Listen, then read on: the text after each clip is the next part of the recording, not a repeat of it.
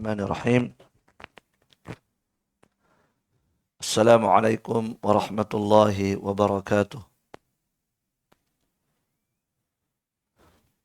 Innal hamdalillah nahmaduhu wa nasta'inuhu wa nastaghfiruh wa na'udzu billahi min shururi anfusina wa min sayyiati a'malina.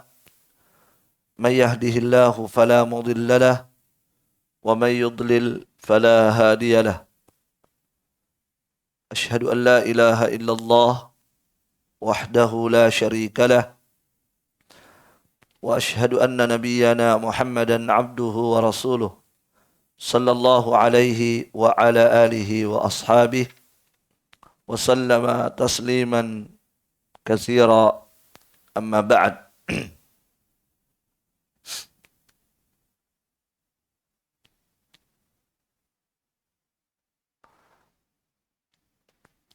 Ikhwani fillah rahimani wa rahimakumullah.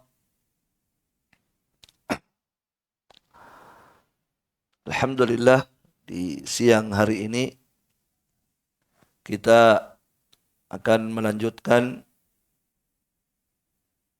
dengan izin Allah Subhanahu wa taala kajian kita membahas kitab Riyadhus Shalihin, bab fi bayani kasrati turqil khair, bab yang menjelaskan banyaknya jalan-jalan kebaikan. Dan ini adalah pertemuan yang ke-6 atau ke-7. Ya, pertemuan ke-7 ya, insyaallah taala.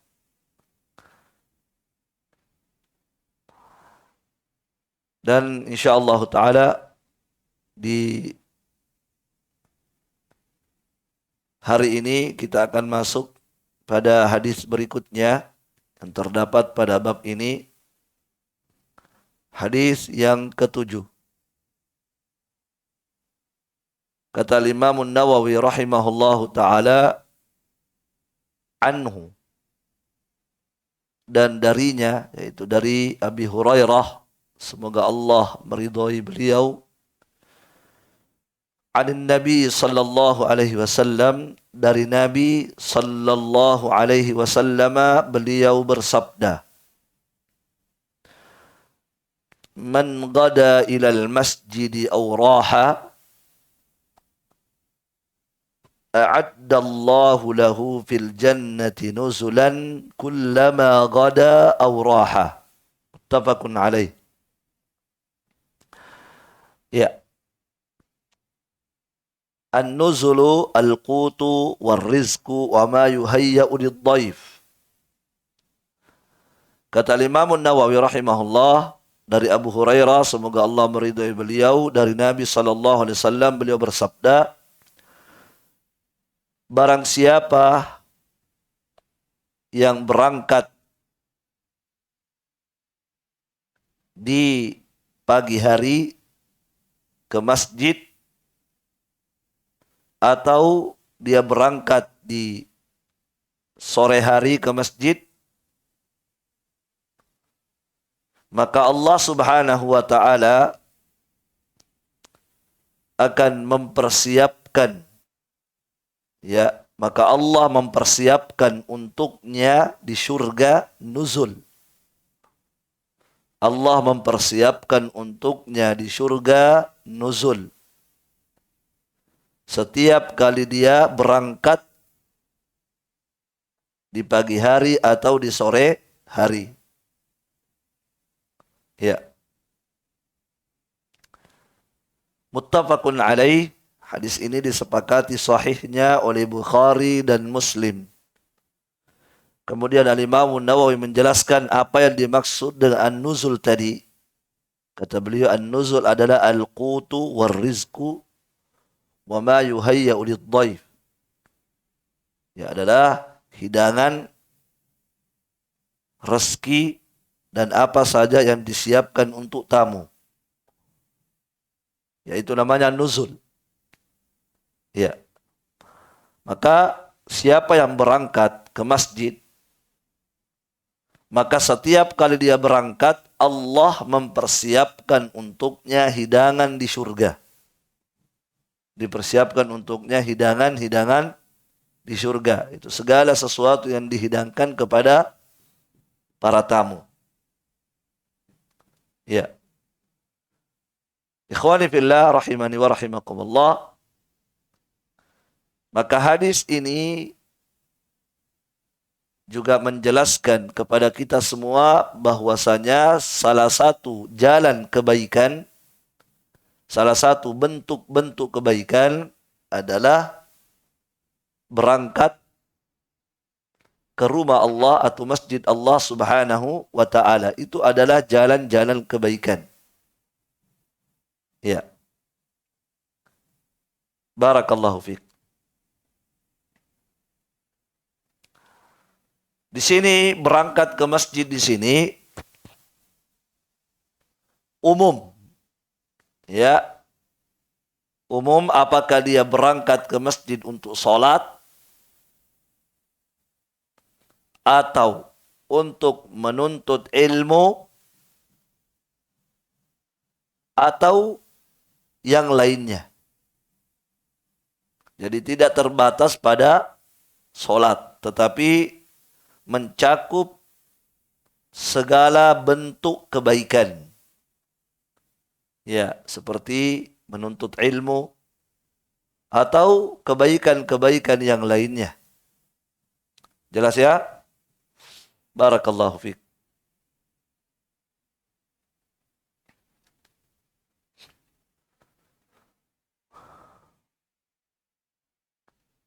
Ikhwani fillah, rahimani wa rahimakumullah. Syekh Ibn Utsaimin rahimahullah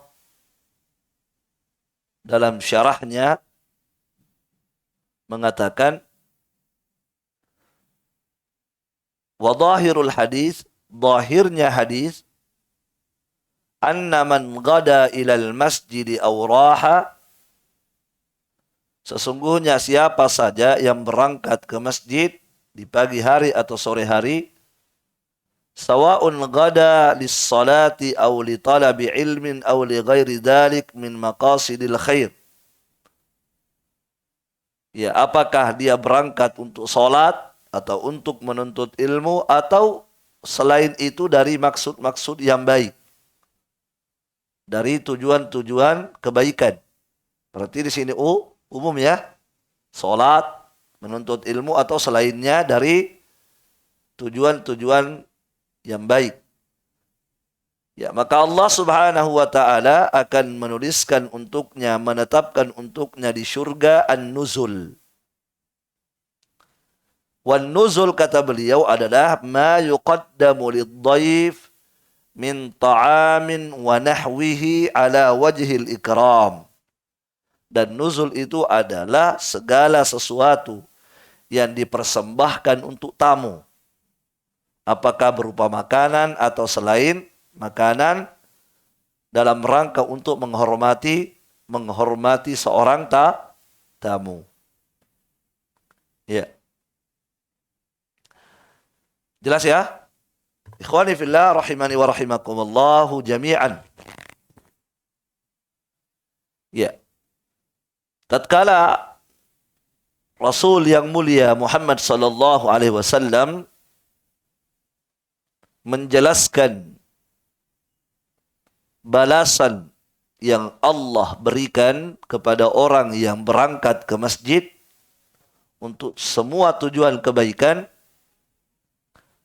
ya, bahwasanya mereka akan disiapkan untuk mereka hidangan di surga. Ini menunjukkan kepada kita bahwa orang yang berkunjung ke masjid, datang ke masjid, itu diibaratkan sebagai orang yang datang berziarah dan bertamu. Jadi diibaratkan orang yang berangkat ke masjid, rumahnya Allah adalah orang yang datang bertamu di rumah Allah. Dan orang yang datang bertamu akan disiapkan apa? Disiapkan hidangan. Ya, bahkan dalam agama kita Seorang tamu itu wajib untuk dimuliakan. Wajib untuk diberikan jamuan. Kalau dia punya. Man kana yu'minu billahi wal yawmil akhir falyukrim dhaifahu. Siapa yang beriman kepada Allah dan hari akhirat, maka hendaklah dia memuliakan tamunya. Dan di sini hukumnya wajib. Ya. Maka orang yang datang ke rumah Allah, itu masjid, itu dia diibaratkan sebagai seorang yang datang berziarah dan bertamu. Ya. Dan orang yang datang berziarah dan bertamu, itu tentunya biasanya dia akan, biasanya apa? Akan memakai pakaian yang baik. Kan begitu?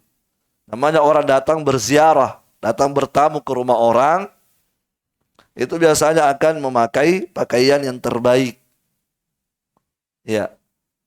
Maka kalau bertamu di rumah orang saja kita punya persiapan yang seperti itu, apalagi bertamu ke rumah Allah Subhanahu wa ta'ala. Makanya dalam Al-Quran Allah mengatakan, Ya bani Adam khudzu zinatakum inda kulli masjid. Wahai Bani Adam, ambillah, ya, pakailah pakaian kalian yang bagus. Pakailah pakaian kalian yang indah setiap kali mau pergi ke masjid. Sebab yang mau didatangi bukan rumah bupati, tetapi rumah pencipta bupati.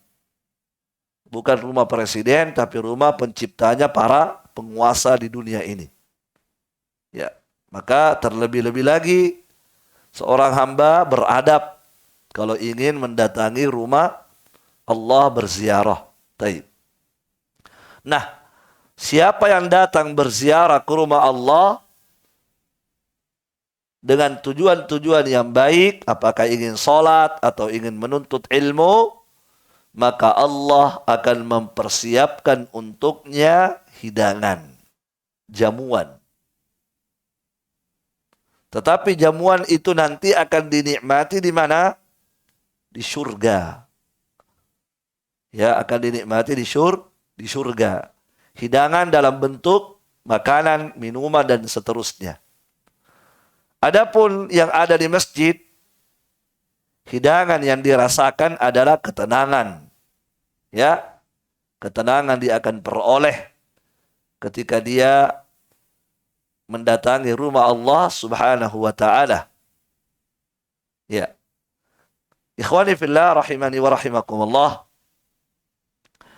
Ini juga menunjukkan kepada kita bahwa masjid itu adalah tempat yang luar biasa. Jelas ya? Masjid itu adalah tempat yang luar biasa. Dan memang Nabi kita Muhammad sallallahu alaihi wasallam bersabda, "Ahabbul biladi ilallahi masajiduha." Tempat yang paling dicintai oleh Allah Subhanahu wa taala adalah masjid. Ya. Tempat yang paling mulia di atas bumi Allah adalah masjid. Oleh karena itu siapa yang datang ke sana dia akan dimuliakan oleh Allah. Kenapa? Sebab yang didatangi adalah tempat yang paling mulia di atas permukaan bumi ini. Maka siapa yang mendatangi tempat mulia tersebut, maka dia pun akan dimuliakan oleh Allah Subhanahu wa ta'ala dengan sehebat-hebat pemuliaan. Nah, di antara pemuliaan Allah kepada mereka yang datang ke rumahnya, Allah mempersiapkan untuk mereka hidangan. Masya Allah. Dan hidangan yang Allah persiapkan adalah hidangan yang paling istimewa. Kenapa? Sebab hidangan itu belum pernah ada di dunia. Jelas? Makanan itu adalah makanan yang belum pernah ada di dunia. Minuman yang Allah siapkan adalah minuman yang belum pernah ada di dunia. Ya, kalaupun namanya sama, kalaupun ada di dunia dan namanya sama, maka rasanya pasti sangat jauh berbeda. Oleh karena itu Allah Subhanahu wa taala berfirman dalam hadis kursi, "A'adattu li'ibadiyas salihin." Aku telah mempersiapkan untuk hamba-hambaku yang saleh. Apa yang Allah persiapkan? Di antaranya tadi apa? Hidangan. Untuk hamba-hamba yang soleh. Dan orang yang datang ke masjid itu ciri orang-orang soleh. Jelas ya? Apa yang Allah siapkan? Kata Allah Jalla wa'ala, ma la ainun ra'at. Ya, aku siapkan untuk hamba-hambaku yang soleh, termasuk yang datang ke masjid untuk solat, belajar ilmu agama. Aku siapkan untuk mereka, kata Allah, sesuatu nikmat yang belum pernah terlihat oleh mata. Masya Allah. Hidangan yang belum pernah terlihat oleh mata. Kalau di dunia ini, segala hidangan yang nikmat, yang lezat, itu semua sudah dilihat dengan mata kepala kita kan. Walaupun mencicipinya belum, tetapi minimalnya sudah dilihat dengan mata. Kalau tidak dilihat langsung, dilihat via YouTube atau video misalnya.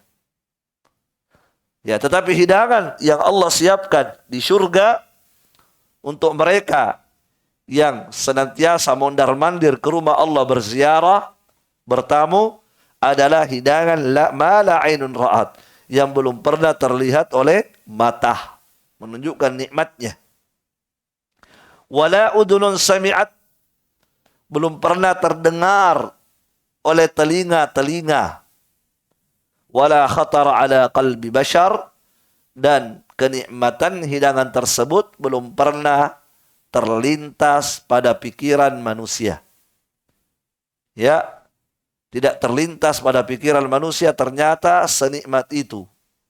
Apa yang manusia pikirkan, apa yang manusia khayalkan, maka sungguh hakikatnya sangat jauh dari apa yang mereka khayalkan. Nah, ini menunjukkan kepada kita betapa nikmat hidangan yang Allah siapkan. Seperti apa rasanya? Silahkan sering-sering mondar-mandir di rumah Allah untuk berziarah. Maka Anda akan merasakan nikmatnya hidangan tersebut.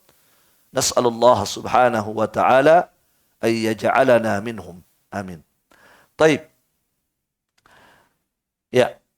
Kemudian berikutnya, ikhwani fillah, kita pindah pada hadis berikutnya ya, karena waktu sangat terbatas. Hadis yang ke-8, anhu, darinya juga, yaitu dari Abu Hurairah. Beliau berkata, Rasulullah sallallahu alaihi wasallam bersabda, "Ya nisa'al muslimat, wahai para wanita muslimat, la tahqiranna jaratul li jaratiha walau firsina syatin."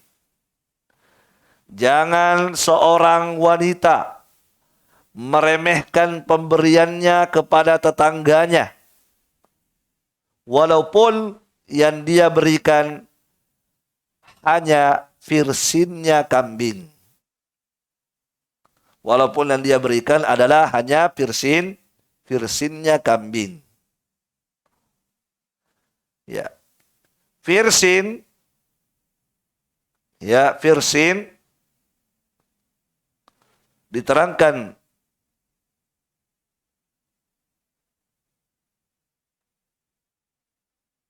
oleh Syekh Ibn Utsaimin dalam syarahnya, al-firsinu ma yakunu fi dhilafis syah. Ma yakunu fi dhilafis syah. Yaitu bagian yang ada pada kaki kambing. Bagian yang ada pada kaki kambing. Baik.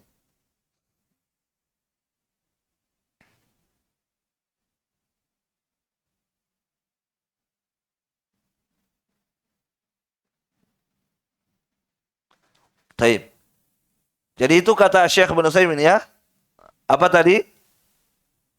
Firsin adalah apa yang terdapat pada bagian kaki kambing.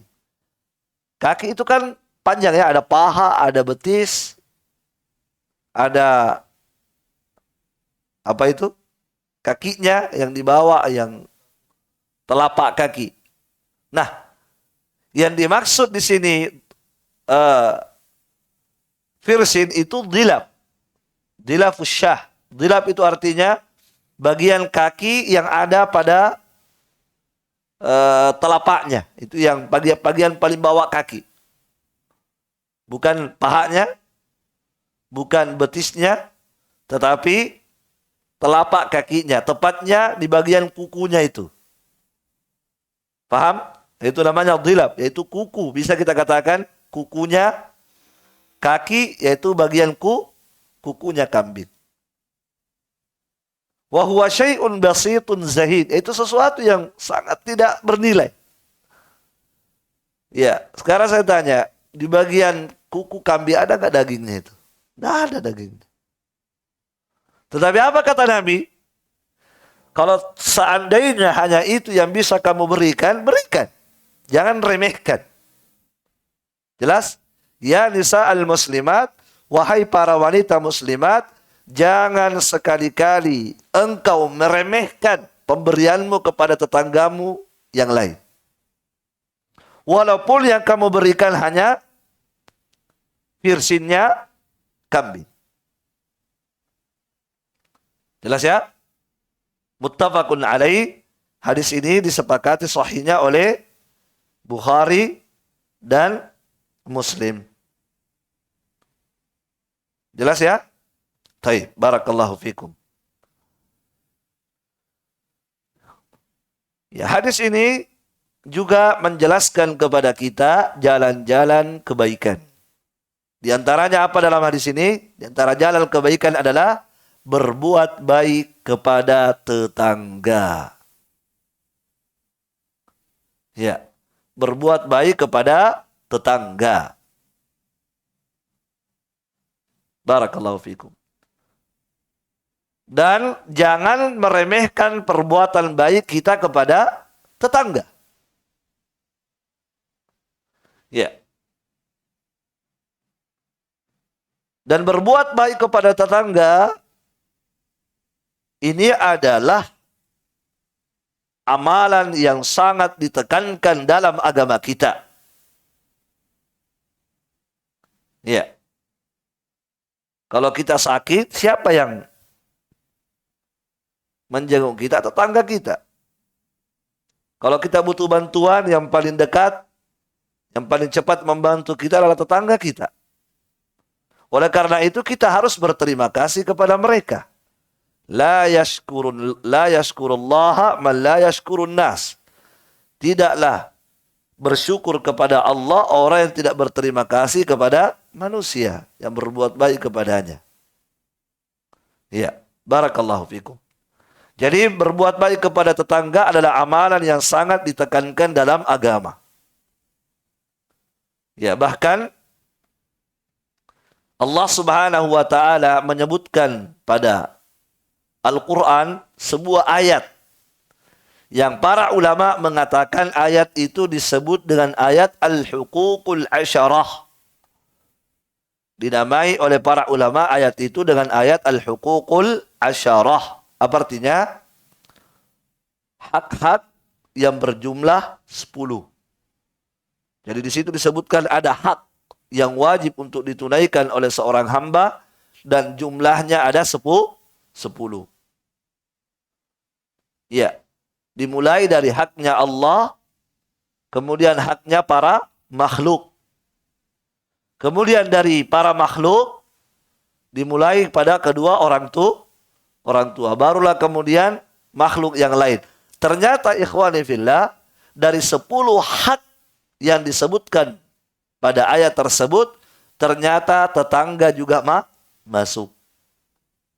Tetangga juga dimasukkan oleh Allah Subhanahu wa taala pada ayat tersebut. Itu ayat yang saya maksud adalah firman Allah dalam surah An-Nisa, wa'budullaha wa la tusyriku bihi syai'a wa bil walidaini ihsana wa bidil qurba wal yatama wal masakin wal jari dzil qurba wal jaril junub. Kata Allah Subhanahu wa taala, sembahlah Allah dan jangan sekali-kali kalian mempersekutukannya. Dan hendaklah kalian berbuat baik kepada kedua orang tua. Kemudian juga berbuat baik kepada para kerabat-kerabat kalian, keluarga-keluarga kalian. Anak-anak yatim, orang-orang miskin. Kemudian kata Allah, wal jari dzil qurba, tetangga yang dekat dan tetangga yang jauh. Ya, sebagian ulama tafsir mengatakan maksudnya di sini tetangga yang dekat, maksudnya tetangga yang ada hubungan kekeluargaan. Wal jaril junub, ya, tetangga yang tidak ada hubungan kekeluargaan. Jadi umumnya pokoknya berbuat baik kepada tetangga apakah ada hubungan kekeluargaan dengannya atau tidak ada, berbuat baiklah kepadanya. Nah, ini menunjukkan kepada kita betapa penting berbuat baik kepada tetangga. Kenapa? Karena Allah Subhanahu wa taala memasukkan tetangga pada ayat al-huququl asyarah. Jelas? Ya. Adapun hadis Nabi yang menunjukkan pentingnya berbuat baik kepada tetangga, Nabi pernah bersabda, "Wala yazalu Jibril yusini bil jari hatta dhalantu annahu sayuwarrithuhu." Jibril itu senantiasa mewasiatkan kepadaku untuk berbuat baik kepada tetangga. Jadi Jibril selalu mewasiatkan tanpa henti. Sering mewasiatkan. Sedikit-sedikit diingatkan lagi untuk berbuat baik kepada tetangga. Sampai-sampai kata Rasulullah, saking seringnya Jibril berwasiat untuk berbuat baik kepada tetangga, hingga aku menyangka mereka nanti akan menjadi ahli waris. Ya, mereka nanti akan menjadi ahli waris. Kenapa? Karena seringnya Jibril mengingatkan, mewasiatkan untuk berbuat baik kepada tetangga. Ya. Dan berbuat baik kepada tetangga adalah bagian dari keimanan. Allah atau Nabi sallallahu alaihi wasallam bersabda, "Man kana yu'minu billahi wal yaumil akhir," siapa yang beriman kepada Allah dan hari akhirat, falyukrim jarahu, hendaklah dia memuliakan tetangganya. Yang menunjukkan bahwa memuliakan tetangga, berbuat baik kepada tetangga adalah bagian dari keimanan. Bagian dari keimanan seseorang, di mana tidak akan sempurna keimanan seseorang sampai dia berbuat baik kepada tetangganya. Barakallahu fikum. Maka di sini Nabi kita Muhammad sallallahu alaihi wasallam itu menghasung kita, memotivasi kita untuk berbuat baik kepada tetangga. Ya, di antara perbuatan baik kepada tetangga adalah memberikan sesuatu yang bisa kita berikan kepada mereka walaupun itu kecil, dan jangan kita meremehkannya.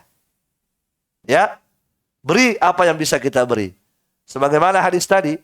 Nah, apa kata Nabi? Jangan remehkan kebaikanmu wahai wanita muslimat kepada tetangga kalian walaupun hanya berupa kuku kambing. Ya, itu kalau misalnya hanya itu yang bisa diberikan ya. Jangan juga misalnya ada seorang wanita muslimat masak kambing 1 ekor. Kambing gemuk lagi. Kemudian yang dia berikan kepada tetangganya hanya kukunya, belum lagi dimasak.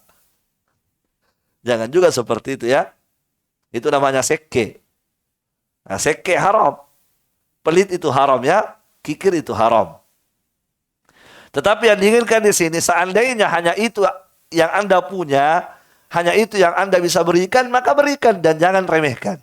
Karena itu adalah kebaikan. Ya. Kalau dalam hadis ini masih ada yang bisa dimakan-makan ya.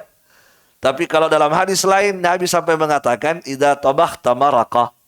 Kalau kamu memasak masakan yang berkuah, coto, palu basah, konro, apa kata Nabi? Dan dagingnya mungkin sedikit, ya, fa'akthir ma'aha, perbanyak kuahnya.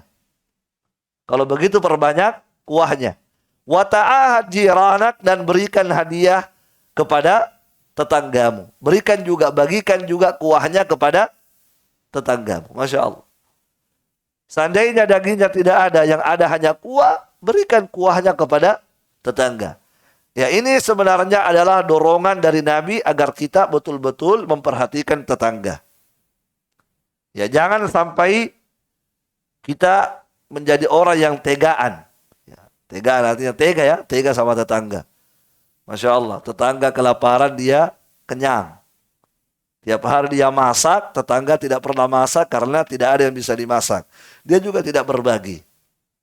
Orang-orang yang seperti ini, Nabi pernah katakan, laisal mu'min, bukan orang yang beriman.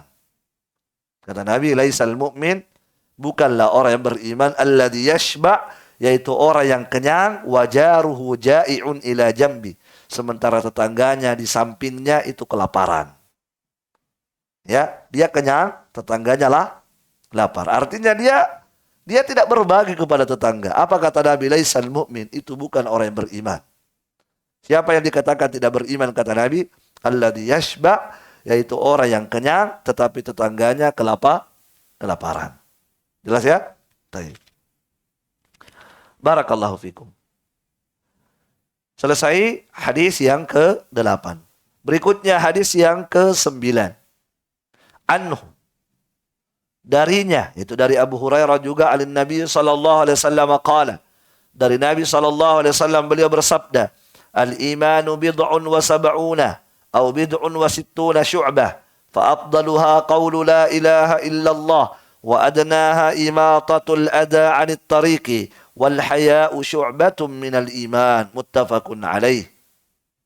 Dari Abu Hurairah, dari Nabi sallallahu alaihi wasallam beliau bersabda, iman itu ada 70 sekian atau 60 sekian cabangnya. Fa afdaluha, maka yang paling afdolnya dari cabang-cabang iman adalah qaulu la ilaha illallah. Itu yang paling afdolnya. Wa adnaha imatatul adha 'anit tariq, dan yang paling rendahnya dari cabang-cabang keimanan adalah menyingkirkan gangguan dari jalanan. Wal haya'u syu'batun minal iman, dan malu termasuk cabang dari keimanan. Sifat malu adalah termasuk bagian dari keimanan. Hadis ini disepakati sahihnya oleh Bukhari dan Muslim. Ya, hadis ini juga menjelaskan kepada kita banyaknya jalan-jalan kebaikan. Maka dalam hadis ini disebutkan jalan-jalan kebaikan itu sangat banyak. Sampai Nabi mengatakan apa? Ada sekian cabangnya ya. Ada sekitar 60 sampai 70 cabang keimanan. Ya. Dan yang paling tinggi dari cabang keimanan adalah ucapan la ilaha illallah. Itu luar biasa. Kenapa ini yang paling tinggi? Sebab ini adalah kalimatut tauhid, dan tidak ada yang lebih hebat daripada tauhid. Tidak ada lebih hebat daripada tauhid. Oleh karena itu, perbanyaklah mengucapkan kalimat ini. Perbanyaklah mengucapkan kalimatut tauhid, kalimat la ilaha illallah.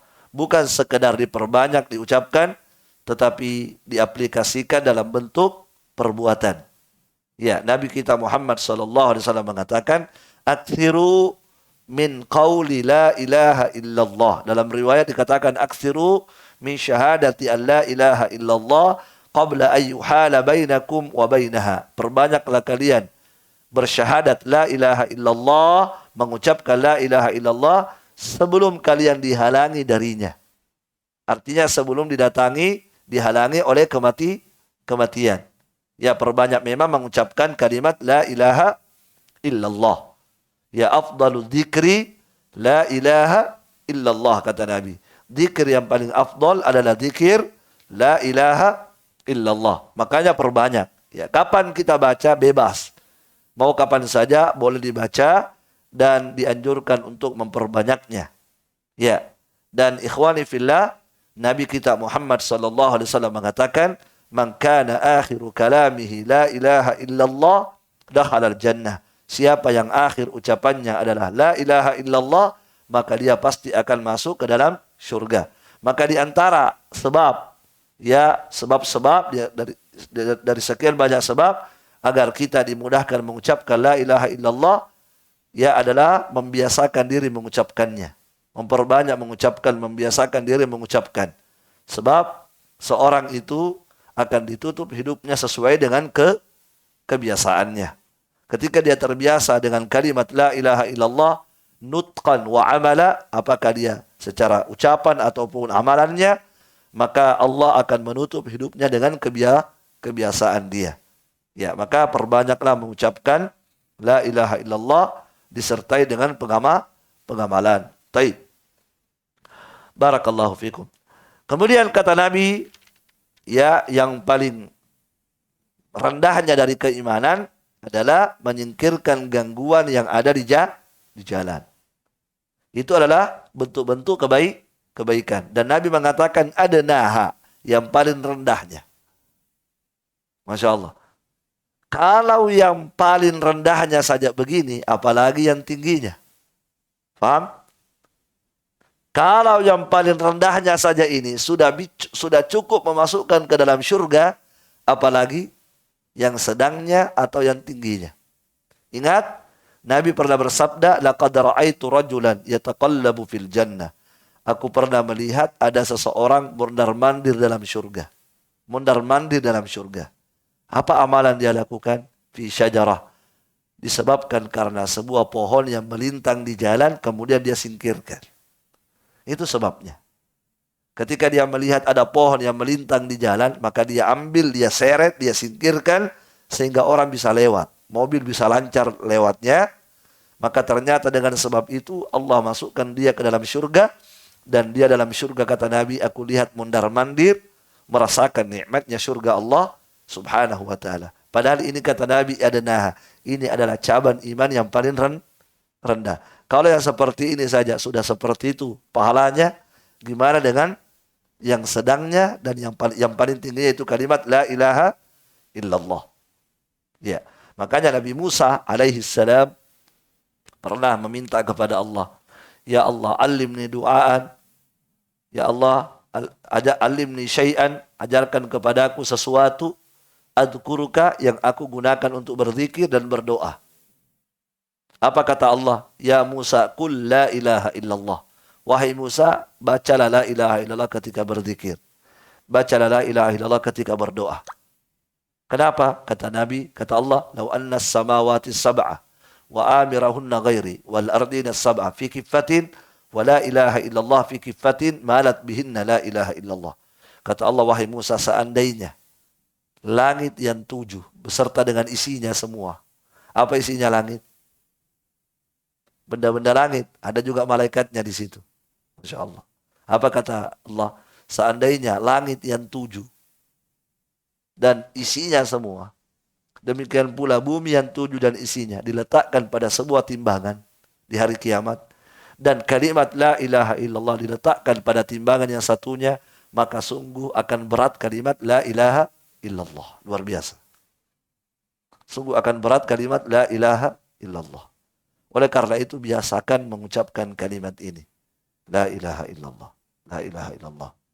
Ya, kalau tidak ada, ya walaupun ada kesibukan, misalnya kita lagi menyetrika, sesekali bibir kita bergerak mengucapkan la ilaha illallah. La ilaha illallah. Kita di sepeda motor, sesekali kita ucapkan la ilaha illallah. La ilaha illallah. Jelas ya? Barakallahu fiik. Taib. Ya, kemudian wal haya'u syu'batu minal iman. Kata Nabi, dan malu adalah bagian dari keimanan. Artinya malu termasuk jalan-jalan kebaikan. Malu itu kebaikan.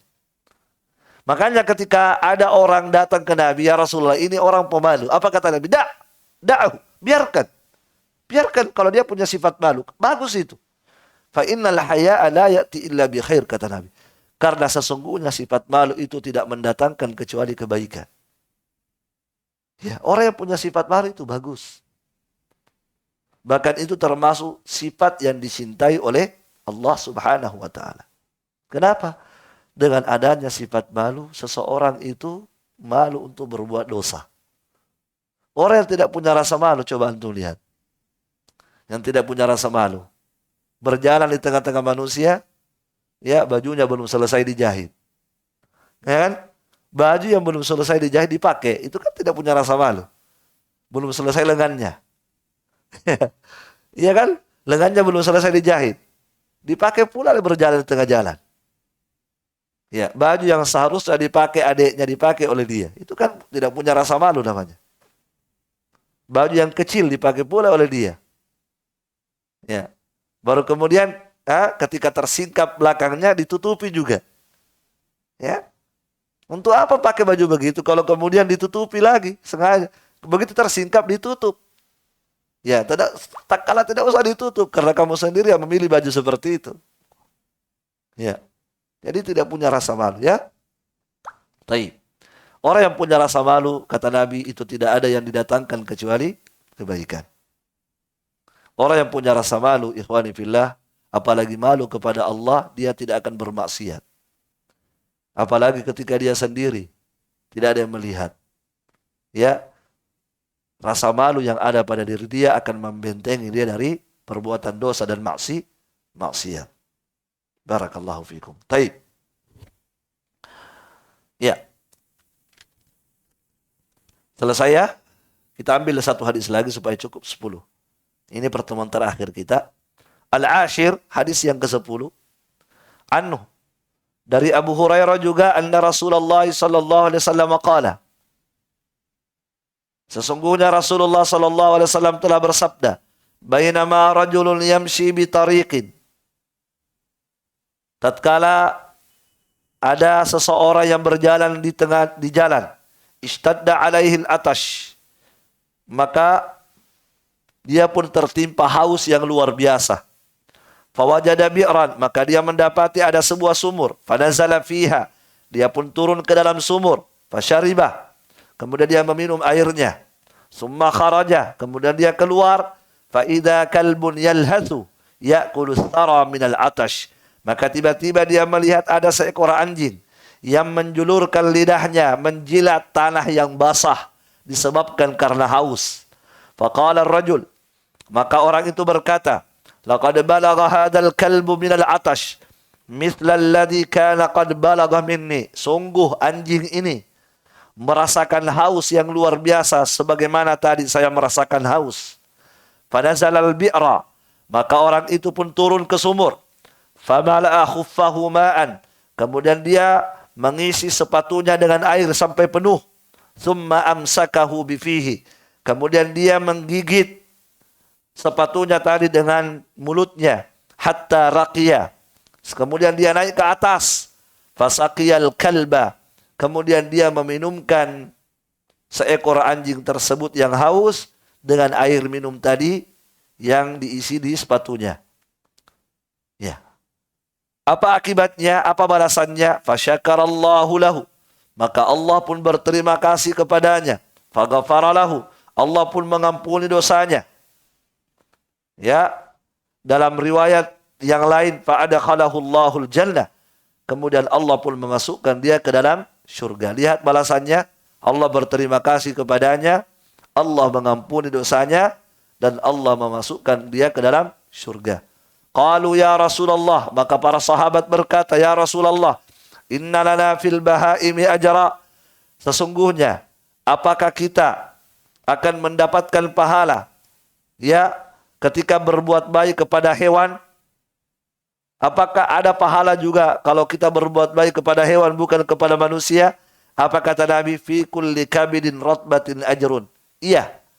Kata Nabi, iya, pada setiap yang bernyawa ada pahala kalau kita berbuat baik kepadanya. Apa kata Nabi? Fi kulli kabidin ratbah, pada setiap hati yang basah.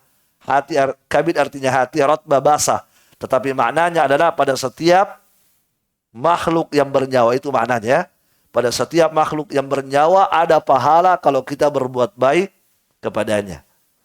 Ya, termasuk kepada hewan. Selama dia bernyawa, hidup, makhluk ciptaan Allah yang hidup bernyawa, maka sungguh ada apa?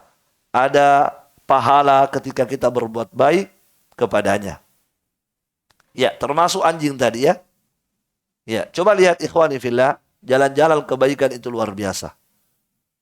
Ya, ternyata di antara jalan kebaikan adalah berbuat baik kepada hewan. Dengan memberikan minum kepada hewan yang haus. Itu adalah kebaikan. Memberi makan kucing. Ya kan? Di rumah, misalnya ada sisa-sisa makanan, sudah. Luangkan waktu untuk memberi makan sisa-sisa makanan itu kepada kucing. Itu adalah kebaikan. Memberi minum seekor anjing ini, subhanallah. Lihat bagaimana kebaikan yang mungkin kita anggap sepele, ternyata pahalanya luar biasa. Apa pahalanya tadi? 3 balasan yang Allah berikan. Allah apa? Allah berterima kasih. Bersyukur maksudnya Allah berterima kasih. Ya. Sungguh merupakan kebanggaan bagi kita kalau Allah yang berterima kasih kepada kita. Kalau ada orang berterima kasih kepada kita, kan senang juga hati kita. Terima kasih. Enak juga rasanya. Kira-kira bagaimana kalau Allah yang berterima kasih kepada Anda? Subhanallah. Maka tentu itu merupakan kemuliaan bagi seorang hamba. Allah berterima kasih, bersyukur kepadanya. Kemudian dengan sebab itu Allah ampuni dosanya.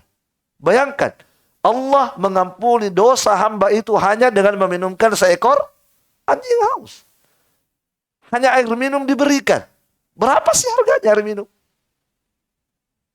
Ya kan? Berapa harganya air minum? Orang itu tadi tidak belikan.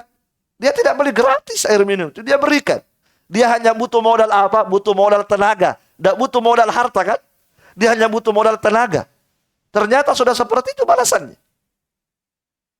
Bersyukur Allah kepadanya. Allah mengampuni dosanya. Dan puncaknya Allah masukkan dia ke dalam surga. Luar biasa balasannya. Padahal dia hanya bermodalkan dengan apa? Bermodalkan dengan sepatu, bermodalkan dengan tenaga, dia tidak punya modal sepeser pun dengan uang. Tidak ada modalnya dengan uang. Dia hanya bermodalkan tenaga dan keikhlasan. Ternyata balasan yang Allah berikan luar biasa. Kira-kira bagaimana dengan orang yang bermodalkan dengan tenaganya, bermodalkan dengan uangnya juga, dia keluarkan uang. Dia sengaja beli untuk memberi minum kepada seekor anjing. Dia sengaja beli makanan untuk diberikan kepada kucing. Masya Allah. Ya. Tetapi untuk anjing tidak boleh dipelihara anjing ya. Untuk kucing boleh. Bahkan itu termasuk kebaikan ya. Memberikan makan kepada seekor kucing itu kebaikan. Ini tadi dia tidak punya modal. Tidak pakai modal duit ya. Tapi ternyata balasannya seperti itu. Dia hanya bermodalkan 2, tenaga dan keikhlasannya kepada Allah Subhanahu wa taala. Kasih sayangnya kepada makhluk ciptaan Allah Subhanahu wa taala. Dibalas sedemikian rupa oleh Allah Jalla wa ala. Nah, kira-kira bagaimana dengan orang yang mengeluarkan biaya? Meluangkan waktunya. Masya Allah. Barakallahu fikum.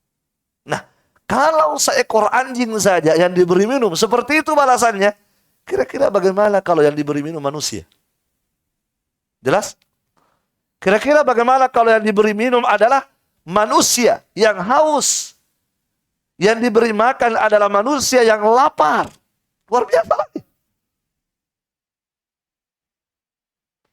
Apalagi kalau yang diberi makan dan minum adalah manusia yang beriman. Subhanallah. Manusia yang mukmin bukan kafir. Itu luar biasa lagi. Lebih luar biasa lagi kalau ternyata manusia yang beriman, yang diberi makan dan minum itu beriman dan bertakwa. Jelas? Sebab ada orang beriman tapi belum tentu bertakwa. Makanya apa kata Nabi? La tusahib illa mu'mina. Jangan kamu bersahabat kecuali dengan bersahabat dengan orang yang beriman. Wala ya'kul ta'amaka illa taqi. Dan jangan sampai usahakan makananmu jangan dimakan kecuali dimakan oleh orang yang bertakwa. Lebih hebat lagi kalau ternyata yang kita beri makan, yang kita beri minum adalah seorang yang mukmin dan mukminah, bertakwa dan lagi berpuasa. Ya kan? Lagi berpuasa, kemudian kita berikan buka puasa kurma untuk menghilangkan laparnya. Kita berikan minuman yang menyegarkan untuk menghilangkan dahaganya. Maka tentu pahalanya jauh lebih besar lagi. Maka kesimpulannya kalau begitu, jalan-jalan kebaikan sangat banyak. Dan seorang muslim dan muslimah itu tidak boleh meremehkan kebaikan sedikit pun. Jangan remehkan yang namanya kebaikan. Sebab kita tidak tahu kebaikan yang mana yang akan membawa kita kepada kebaikan. Kita tidak tahu. Boleh jadi kita berharap bahwa kebaikan yang akan mengantarkan ke surga adalah kebaikan yang hebat itu. Ternyata bukan itu. Ya kan? Boleh jadi kita berharap bahwa kebaikan yang suatu saat yang akan mengantarkan saya ke dalam surga adalah qiyamul lail saya yang 20 rakaat itu. Boleh jadi kita berharap itu. Dan kita tidak pernah berpikir, bahkan kita sudah melupakan kebaikan kecil yang pernah kita lakukan. Ternyata itu yang membawa kebaikan di hari kiamat. Paham? Makanya jangan pernah remehkan yang namanya kebaikan. Barakallahu fikum. Ya, betapa banyak orang masuk ke dalam surga bukan karena amalan besar, tetapi hanya amalan kecil. Contoh tadi apa? Hadisnya, orang masuk surga gara-gara hanya menyingkirkan pohon yang ada di tengah jalan. Masuk surga. Ya, Nabi pernah mengatakan dakhalat imra'atan, ada seorang wanita masuk surga karena seekor kucing. Ada juga wanita masuk neraka gara-gara seekor kucing. Coba, masuk ke dalam surga kata Nabi gara-gara seekor kucing. Kenapa? Dia berbuat baik kepada kucing. Seperti tadi, kalau kucing, Masya Allah, ini anjing. Ini tadi hadisnya anjing. Yang mana lebih mulia, kucing atau anjing? Kucing. Ya kan? Iya. Barakallahu fikum. Kalau anjing kan ya jelas najisnya. Kalau kucing bukan najis. Air liurnya bukan najis. Kucing air liurnya najis. Ya, ternyata berbuat baik kepada hewan itu luar biasa.